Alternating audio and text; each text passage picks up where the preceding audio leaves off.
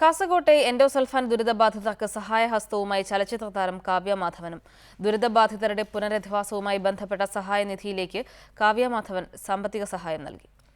Endosulfan ദുരിതബാധിതരുടെ കണ്ണീരൊപ്പുന്ന പദ്ധതിയിൽ പങ്കാളിയാവാൻ കഴിഞ്ഞതിൽ സന്തോഷമുണ്ടെന്ന് പ്രശസ്ത സിനിമാ താരം കാവ്യ മാധവൻ പറഞ്ഞു.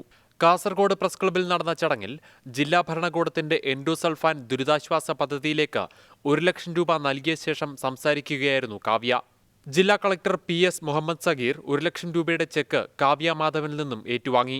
എൻഡോസൾഫാൻ ദുരിതബാധിതരെ സഹായിക്കുക എന്നത് ഏറെക്കാലമായുള്ള ആഗ്രഹമായിരുന്നുവെന്ന് കാവ്യ മാധവൻ പറഞ്ഞു. അടുത്ത തലമുറയ്ക്ക് നമുക്ക് വാഗ്ദാനം കൊടുക്കാൻ പറ്റുമോ? ഇനി നിങ്ങൾക്ക് എൻഡോസൾഫാൻ്റെ ഒരു പ്രശ്നവും നിങ്ങളുടെ ജീവിതത്തിൽ ഉണ്ടാവില്ല എന്നുള്ളത് അതിന് നമുക്ക് പറ്റണം. അതിന് എന്താ ചെയ്യാൻ പറ്റുകയെന്നൊന്നും എനിക്ക് പറഞ്ഞുതരാനൊന്നും അറിയില്ല. എൻ്റെ ആഗ്രഹം ഞാൻ പറയുന്നത്, അതിന് എന്നെക്കൊണ്ട് ചെയ്യാൻ പറ്റുന്ന എന്ത് കാര്യത്തിനും ഞാൻ ഉണ്ടാവും എന്നുള്ളൊരു വാക്ക് എനിക്ക് തരാൻ പറ്റുള്ളൂ. കാസർഗോഡുകാരി എന്ന നിലയിൽ ഇത് തന്റെ കടമയായാണ് കാണുന്നത്.